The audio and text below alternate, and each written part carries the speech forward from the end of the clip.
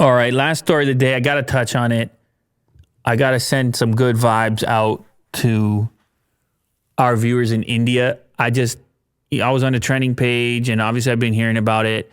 COVID is on full blast in India. And I don't know, the report here on the BBC was like 348,000 infections, 24-hour period. This was from yesterday. Lack of oxygen, people dying. I saw bodies burning in the street. I don't know if you're watching this where you're at in India and how badly your particular region has been hit, but this is obviously affecting a lot of people at the moment. And the world is kind of waking up a little bit. I was hearing about possibly the United States stepping in and contributing some help, whatever's possible. Obviously, the UK as well. Mm-hmm. And so, obviously, there's no... it's just... There's no easy way at this point to turn it off, to just hit the off button. Mm-hmm. There's certain things that can be helpful, but then you got to get them implemented. Then you got to...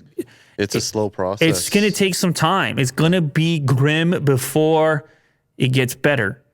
I guess for us, we've had firsthand experience of this exploding as well in Canada. Not like this. Not like this, no. This is on another level, and it's hard to even relate to it. You see the figures. They're saying, oh, you got a few 100,000 per day, but how many are reported? Mm-hmm. Right? A lot of people saying the number might be actually higher.